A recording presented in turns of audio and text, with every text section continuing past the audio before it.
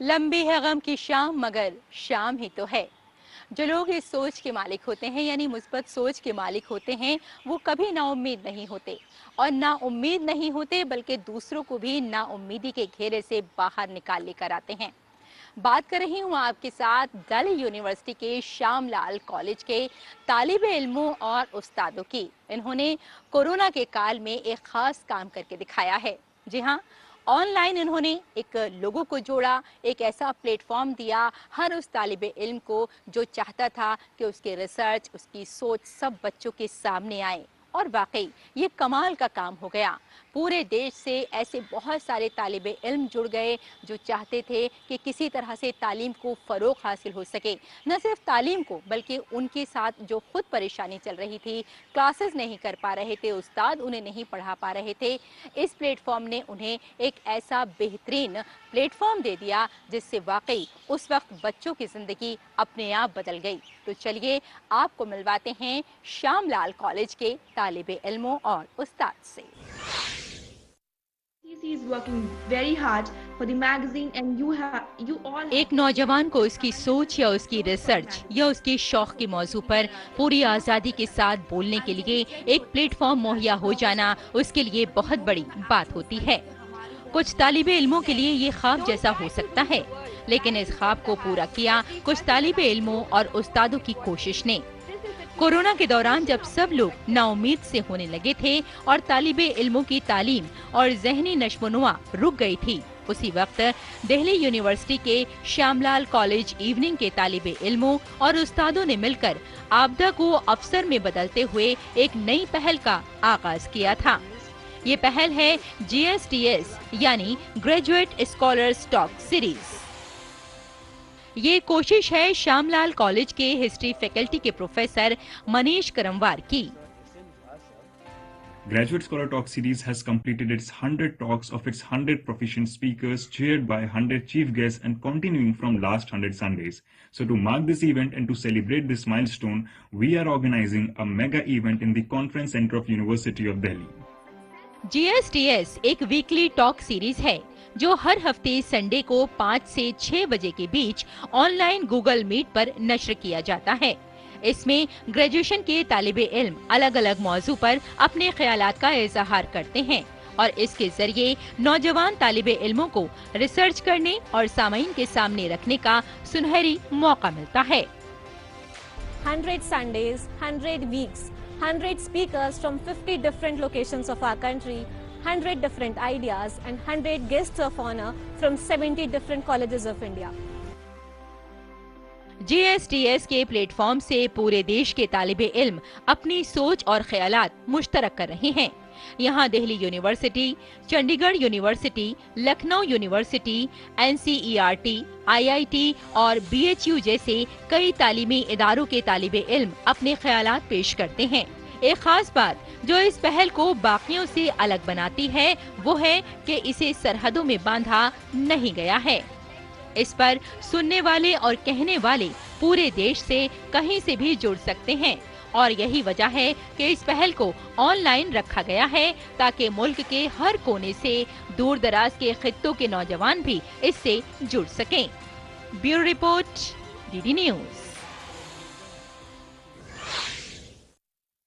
और आइए अब आपको लिए चलते हैं अरुणाचल प्रदेश के एक ऐसे स्कूल में जो गुरुकुल की तर्ज पर आज भी तालीम दे रहा है तलबा को। जी हाँ, हमारी विरासत, हमारी संस्कृति या फिर हम जो बोलियां पहले बोला करते थे या फिर ये कह सकते हैं जिस तहजीब के साथ हम पढ़ाई किया करते थे, आज कहीं ना कहीं वो सब खत्म होने की कगार पर है।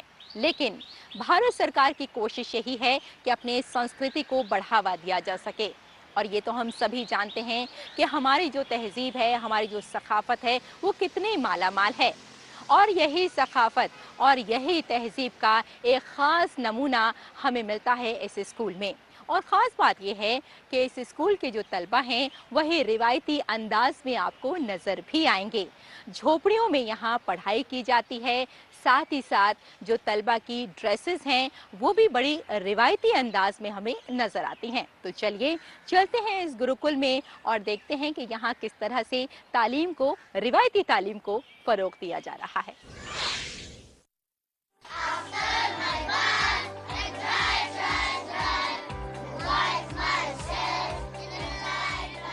एक ग्रुप में इलाकाई बोलियां सीखते और योग ताइक्वांडो में हाथ आजमाते ये नौजवान अरुणाचल प्रदेश के सीपा के करीब रंग गांव में वाक़ई एक मुकामी गुरुकुल तर्ज के स्कूल के तालिबे इल्म हैं।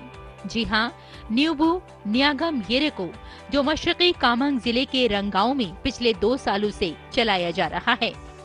अरुणाचल प्रदेश का पहला ये रस्मी स्कूल है जहां बच्चों को गुरुकुल अंदाज में बुनियादी कबायली सकाफत, जबान और विरसे की तालीम दी जा रही है। ये इदारा असल कबायली रिवायात, सकाफत और विरसे के फरोग और तहफ़्फ़ुज़ का काम भी कामयाबी से कर रहा है। आजकल के युवा है, जो युवा पीढ़ी है, उनको अपने ट्रेडिशन कल्चर के बारे में अच्छी तरह से पता नहीं है। पहले का लोग इसलिए पता था कि क्योंकि वहाँ हमको इस तरह का गुरुकुल का ज़रूरत नहीं पड़ता था, बट देन इन फैमिली में हमारे जो परिवार रहता है वहाँ पे हम हर चीज़ हमेशा अपने ट्रेडिशन कल्चर के बारे में डिस्कस होता है, माता पिता जी के बारे में साथ में डिस्कस होता है, गाँव के साथ में डिस्कस होता है, तो हमको पता चलता है कि ट्रेडिशन कल्चर क्या है।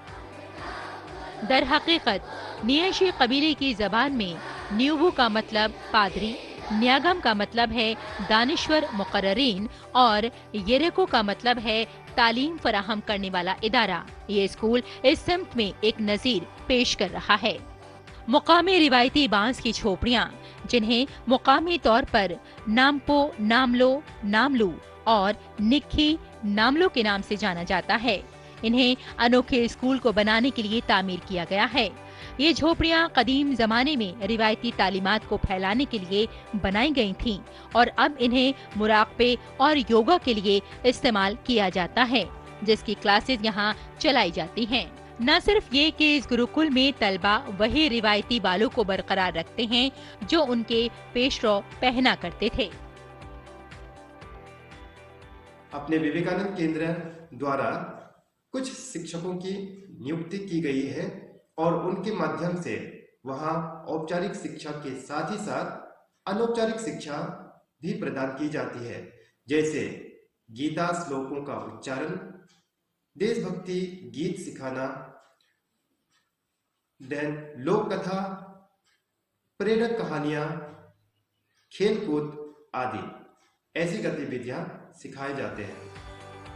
दोनी पोलो कल्चरल एंड चैरिटेबल ट्रस्ट की पहल पर शुरू किए गए विवेकानंद केंद्र विद्यालय ने न्यूबू न्यागम येरेको को कयाम करने में समाजी कारकुन पाई दावे ने अहम किरदार अदा किया है। विवेकानंद केंद्र विद्यालय ने इस गुरुकुल के बच्चों को फॉर्मल तालीम फराहम करने की जिम्मेदारी उठाई है, जबकि अरुणाचल प्रदेश हुकूमत इस इदारे को माली मदद फराहम कर रही है। विकास और आधुनिकता की दौड़ में कई बार हम अपने सांस्कृतिक मूल्यों को कहीं पीछे छोड़ आते हैं, लेकिन उम्मीद है कि न्यूबू न्यागम येरेको के प्रयासों से अरुणाचल प्रदेश की नई पीढ़ी न सिर्फ आधुनिकता को अपनाएगी बल्कि अपने रीति रिवाजों को, अपने सांस्कृतिक मूल्यों को भी सहेज कर रखेगी। ईटानगर में अपने सहयोगी राजीव तेरोन और दोगिन रांदा के साथ मैं प्रियभांशु रंजन, डीडी न्यूज़।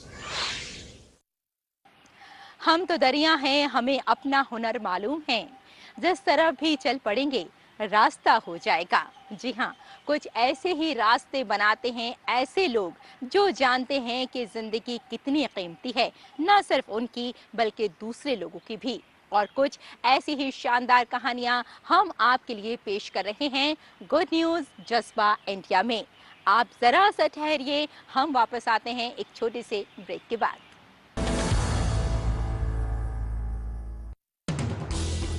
हर दिन हर पल बनती खबरें, बदलती दुनिया, हम लेकर आते हैं आपके लिए बड़ी खबरें, संपूर्ण कवरेज ताकि आप रहें खबरों के बीच हमारे साथ। मिड डे प्राइम हिंदी सोमवार से शुक्रवार दोपहर 1 बजे सिर्फ डीडी न्यूज पर।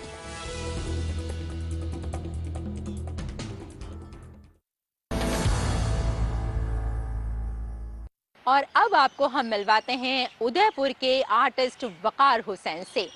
वकार हुसैन एक ऐसे आर्टिस्ट हैं जिन्होंने अयोध्या के बड़े मंदिर से तरकीब हासिल की और बना दिया एक सोने का राम दरबार। जी हाँ, 24 कैरेट सोने का ये राम दरबार बनाया गया है। और ख़ास बात यह है वकार हुसैन की कि उन्होंने इसमें लाइट एंड साउंड का जो एक ख़ास इम्तिजाज होता है उसका भी इन्होंने इंतज़ाम किया है। बेहद खूबसूरत ये राम दरबार है और लोग इसे काफ़ी पसंद भी कर रहे हैं। वकार हुसैन का कहना है, मेरा पैगाम मोहब्बत है जहां तक पहुंचे। और वाकई अगर इसी मोहब्बत के सहारे ज़िंदगी को आगे बढ़ाया जाए तो ये हम सब जानते हैं कि हर सू मोहब्बत का गहवारा हमें नज़र आ सकता है। वकार हुसैन चाहते हैं कि इस मंदिर को वज़ीर आज़म नरेंद्र मोदी को दिया जाए और उन्हें उनकी ये जो ख़ास तख्लीक है इसे दिखाया जाए। अब कैसा है ये राम दरबार, आइए हम आपको दिखाते हैं। क्रिस्टल शीशे पर सजे सुनहरे राम दरबार का खूबसूरत मॉडल। ये राम दरबार 24 कैरेट सोने से बना हुआ है। ये मॉडल उदयपुर के आर्टिस्ट वकार हुसैन ने तैयार किया है। इसमें भगवान श्री राम, माता जानकी, लक्ष्मण और हनुमान की मूर्तियां हैं। इस राम दरबार का साइज तकरीबन 3 फीट और वजन 30 किलोग्राम है। वकार हुसैन के बनाए हुए गोल्डन राम दरबार में लाइट एंड साउंड का भी जबरदस्त इम्तिजाज है। इसमें भगवान श्री राम के पांव छूते ही भजन अपने आप बज उठते हैं। वकार ने अयोध्या में अजीमुशान राम मंदिर की तामीर से तहरीक लेकर राम दरबार का ये मॉडल तैयार किया है। प्रेरणा हुई थी कि अयोध्या में जो भव्य राम मंदिर बन रहा है, तो हमने भी यही सोचा था कि मैं भी एक राम दरबार का निर्माण करूं। राम मंदिर का निर्माण तो नहीं कर सकता हूं, लेकिन हाँ, राम दरबार तो बना सकता हूं। तो राम दरबार मैंने बना के और अपनी इच्छा को जो है उसको पूरा किया। वकार हुसैन ने तकरीबन 1.5 माह की मेहनत के बाद ये राम दरबार तैयार किया है। वकार हुसैन का मानना है कि जिस पर भगवान श्री राम की मेहरबानी होती है उसके तमाम काम खुद ब खुद हो जाते हैं। राम दरबार बनाने का मोटिव हमारा सिर्फ इतना ही था कि आपसी जो सौहार्द है वो बना रहे और ये देश के भावी प्रधानमंत्री श्री नरेंद्र मोदी जी को मैं भेंट करना चाहता हूँ। वकार हुसैन के मुताबिक भगवान श्री राम उन लोगों के दिलों में रहते हैं जिनमें मुनाफकत, धोखा और लालच नहीं होता। वकार हुसैन उसी नियत से बनाए गए गोल्डन राम दरबार से फिरका वाराना हम आहंगी का बेहतर पैगाम देने की कोशिश कर रहे हैं। वकार हुसैन के इस फनपारे का बहुत ज्यादा चर्चा है। उनकी ख्वाहिश है कि वजीर आजम नरेंद्र मोदी से मिलें और उन्हें ये सुनहरी राम दरबार पेश करें। Bureau report, DD news. तो देखा आपने, हमारी हिम्मत, हमारी लगन, हमारा हौसला हमें एक नया समाज बनाने के लिए मजबूर कर देता है। अगर हमारे अंदर ये सारे जज्बे मौजूद हैं तो हम बेहतर काम कर सकते हैं, ज़िंदगी में हम काफ़ी आगे बढ़ सकते हैं। ना सिर्फ हम अपनी ज़िंदगी में बदलाव करें बल्कि दूसरों की ज़िंदगियां भी महका दें। तो बस इसी सोच के साथ मैं आपसे यही इजाज़त चाहती हूँ, लेकिन जाने से पहले हमेशा की तरह बस इतना कहूँगी कि मुस्कुराइए, क्योंकि जब आप मुस्कुराते हैं तो दूसरों को मुस्कुराने का सबब दे जाते हैं। Bye bye and take care.